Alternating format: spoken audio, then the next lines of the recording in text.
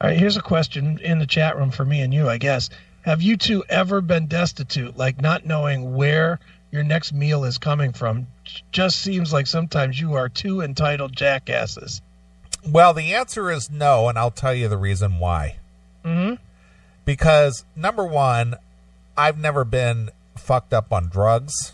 I've never had an alcoholic problem. I've always been responsible.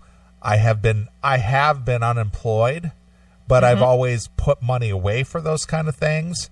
Sure. So when somebody is destitute, I would say 9 times out of 10, and again, I say 9 times out of 10 because there is an exception to every rule. But anyone who becomes destitute is someone who isn't being responsible. That's the way that I look at it. Now, of course, there's other extenuating circumstances from, having a physical problem or some kind of unforeseen situation. But for people in general who become destitute or homeless or whatever, it's because of poor choices. Yeah. Don't disagree. And that's the reason why. So the answer is no. I've never been destitute, and it's not because I'm privileged or anything. It's because I took care of my business, period. Yeah. Chris has known me for 20 years, and when I had a tough time of it, I had a mortgage to pay and I had bills to pay. I was out there driving a fucking cab 12 to 13 hours a day. Yeah. Driving a cab. Yep. Okay? So I didn't sit around and go, oh, well, I hope I can collect welfare, or I need to go get food stamps. It's like, fuck that. I'm going to go do something. I'll drive a cab. Yeah. And I did. Sure. Are you done? Because I'm done. Answer. Go ahead. I've obviously been dead, for fuck's sake. I've been as far down as you can possibly be. I've been dead on the table. Dead, shocked back to life, came back from being dead, came back from being fucking burned 70%, 69%, 52% third degree with grafts everywhere.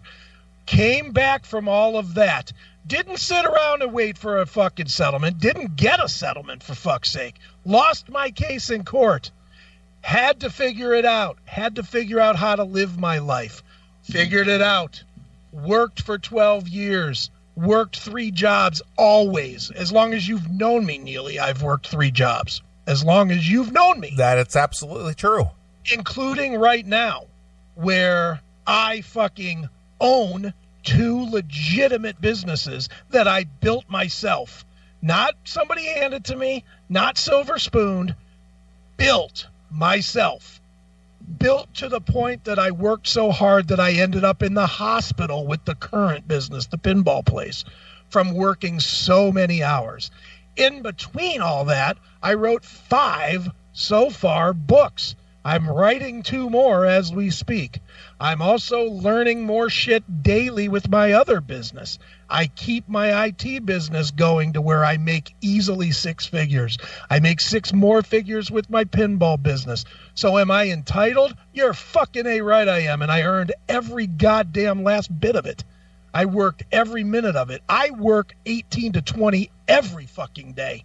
No days off. No, and Neeley, you can attest to that. I never take a day off. I have not put my phone and my computer down and taken a vacation where I actually left and didn't work since 2010.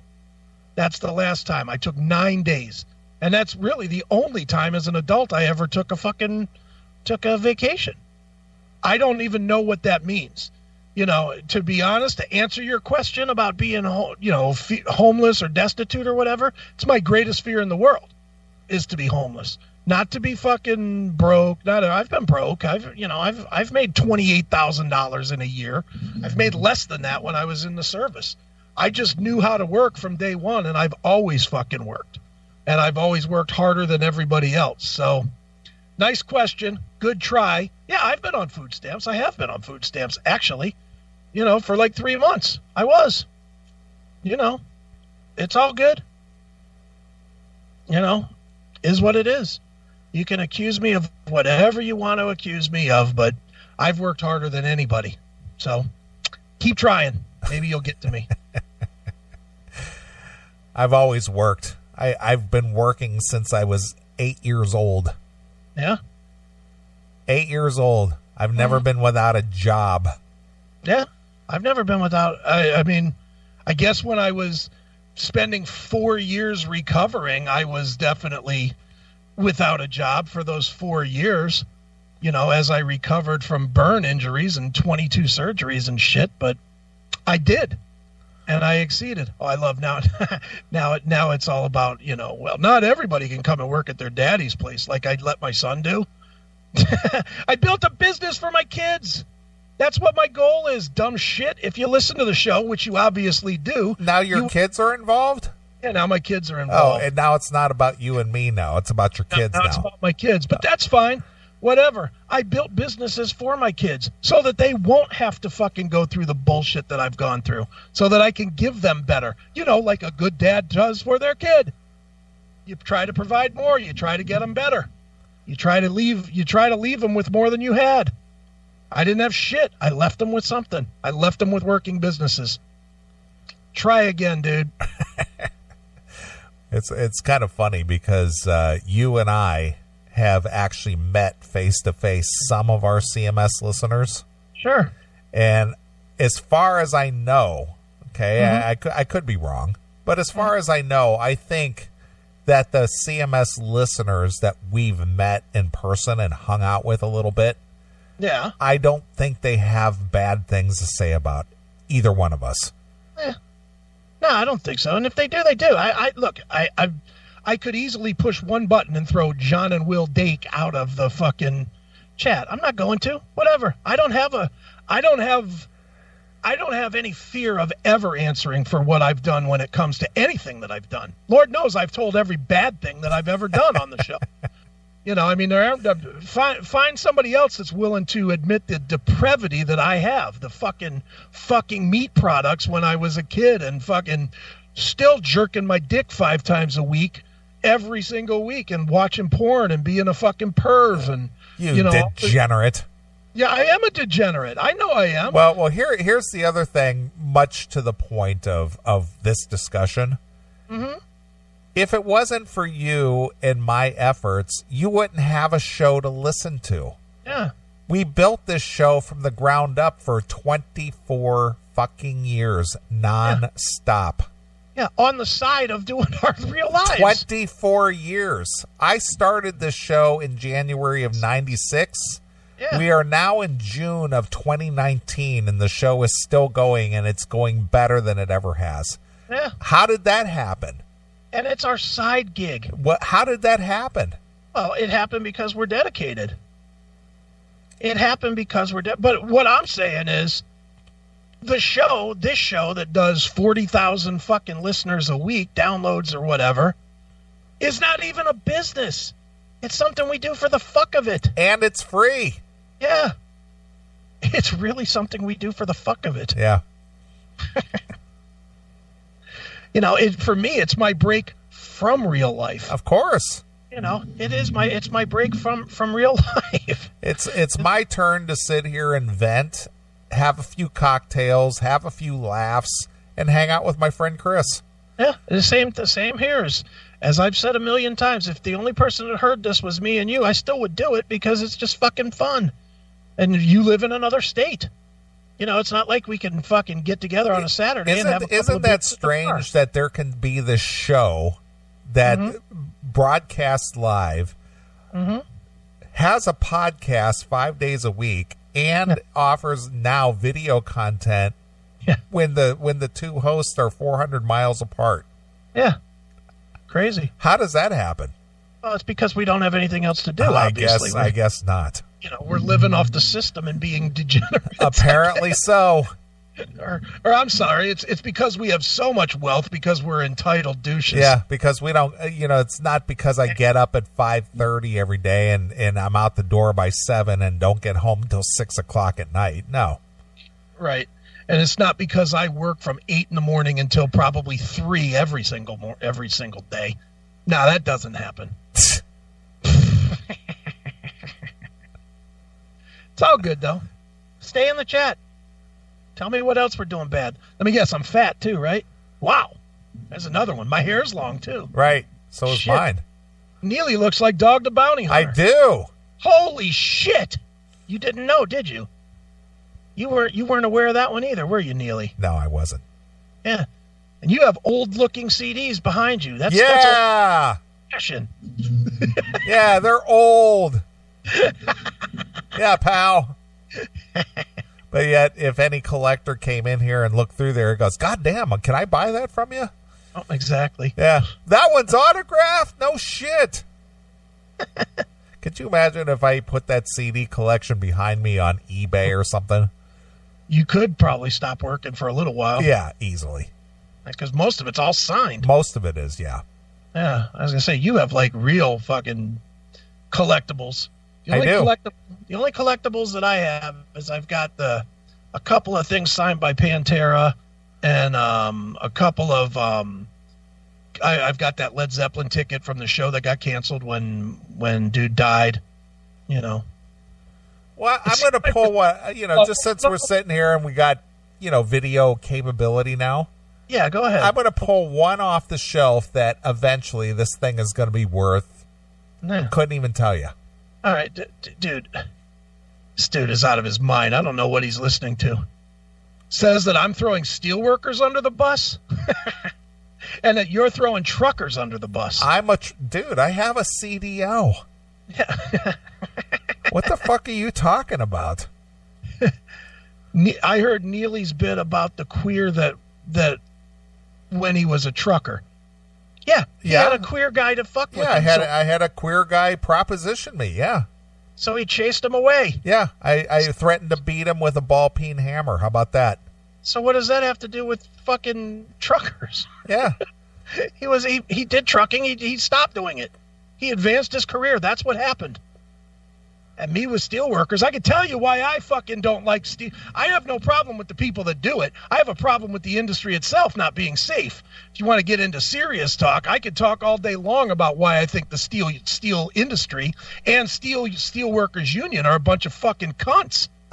The steelworkers union, I get burned fucking to death, and I get fucking not so much as a condolence card from my fucking local that was more than happy to take my fucking $51 a week to pay my fucking faggot ass dues. Those fuckers didn't help me with representation. They didn't help me fucking with anything. They were a bunch of fucking faggot fucking cunts. They could suck a fucking steel dick as far as I'm concerned. Fuck the steel unions. As far as the workers, I respect anybody that works. I have respect for anybody that works. Maybe you haven't listened long enough, dude, chick, whatever you are, but I will say this. The people that have taken the hardest beating on this show are the people that call in and do not work. John Rufo. When John Rufo said that he was living on the system and buying fucking Van Halen tickets and bass guitars, I killed that guy. And I wasn't accepting any of his fucking my health, because nobody can fucking argue health with somebody that's been dead. So I didn't accept that, and I fucking killed him. When Moogle used to call in and talk about sponging off his fucking mom instead of having a job at 27 years old. And me, every time that kid called, we killed that kid. We always respect work. We don't respect people that don't work. We don't have to I don't have to love the steelworkers union. I don't. I think they're a bunch of fucking faggots. Straight up. All right. Can you see this in the camera? I can. It's Black Sabbath. Right. Union. Right. What do you think this will be worth someday? By all four guys? Yep. I got to say at least $8 or $9. All you need is one of them to die. Exactly. You notice Ozzy's signed in gold. Yeah, I see. Everybody else was in silver. Yeah. Well, he's the star. Of course. But that's just one of the many. Yeah. Yeah, dude, you have a very valuable collection. I do. I know that.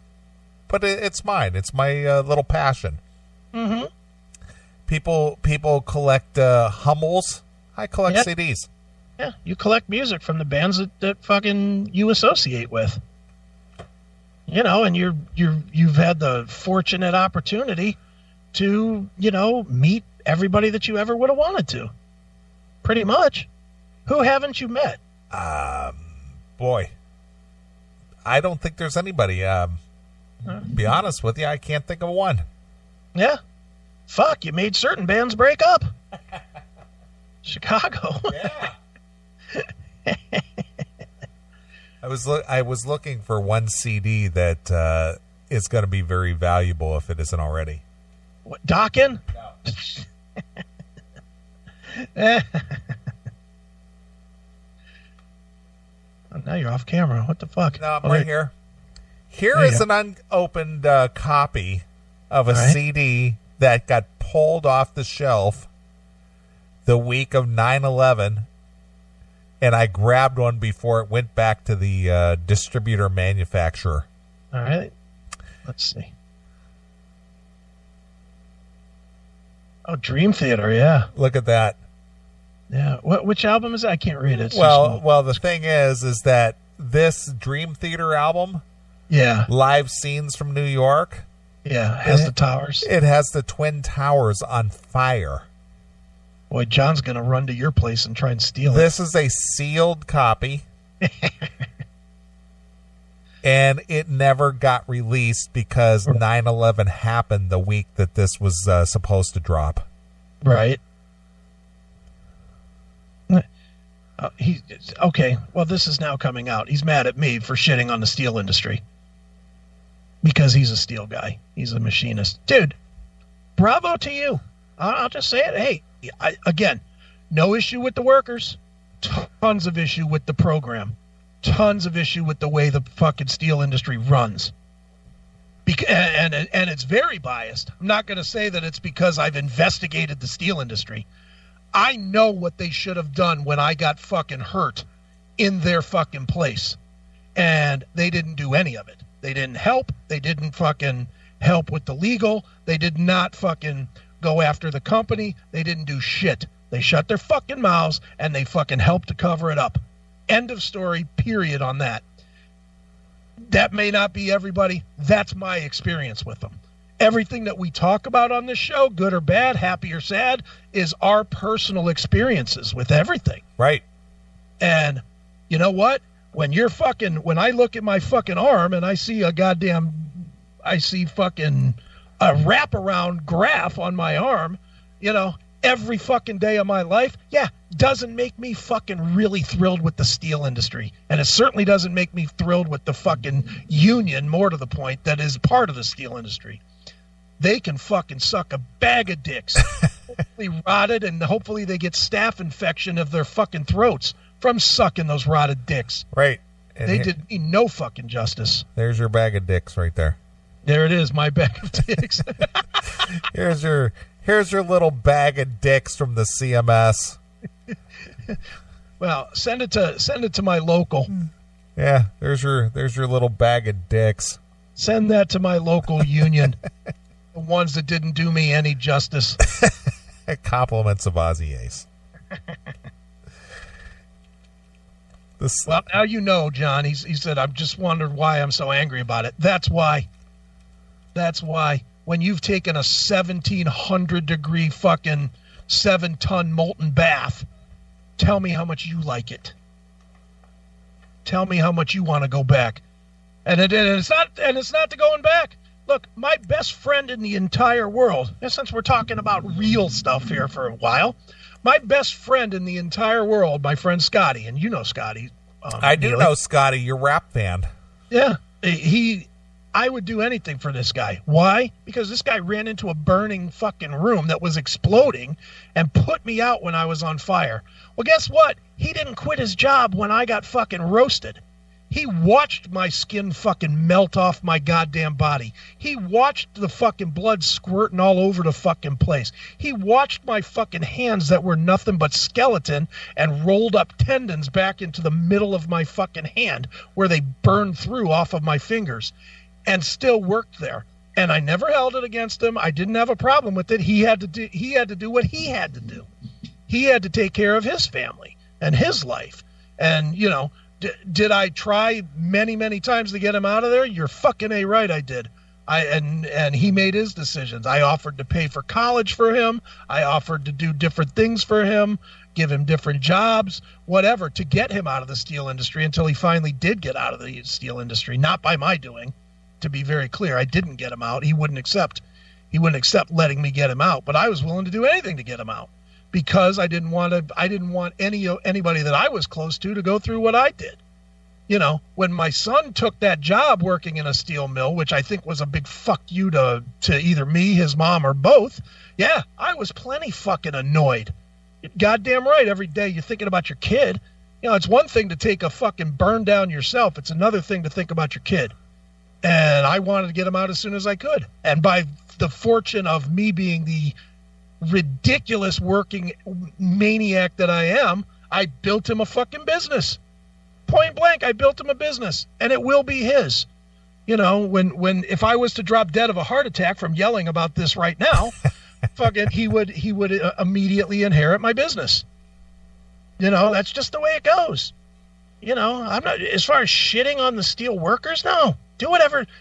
If you pick up trash or you fucking clean roads or clean gutters or whatever you do, cut grass, dude, there's nobody that knows working hard more than me.